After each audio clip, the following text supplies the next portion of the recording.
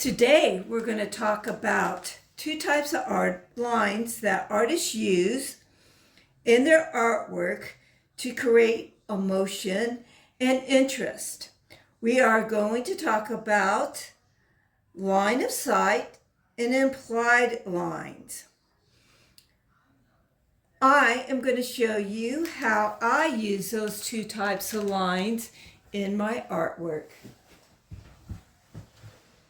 Hello, I'm Gail McFarland, and this is my piece of art, and I like to walk through how I use those two different types of lines. So let's first look at line of sight. That's when the viewer's eye can be guided through the paint by the sight line of the figure in the painting. So let's look at the two figures I have. If you look at this figure, look at its eyes, notice that there is an imaginary line going down. This figure, the imaginary line's going down. They're both looking at the bird, which is the focal point of this painting.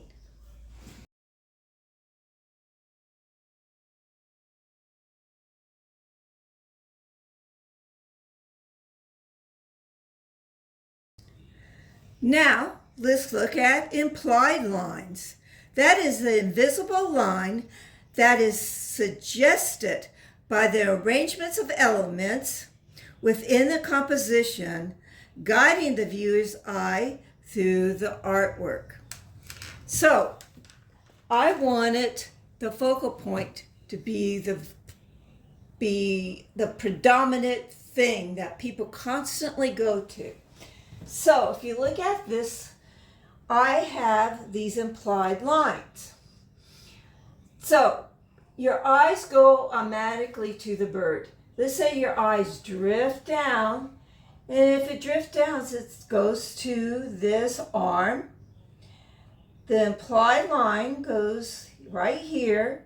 Your eye drifts through here, and when it drifts through here, it goes up to this bird.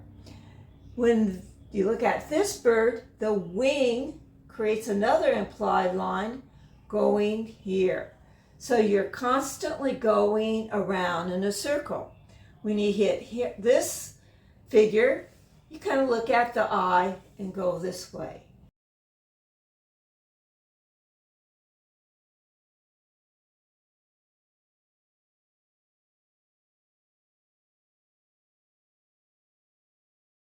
So think of that next time when you do a piece of art or when you look at a piece of art.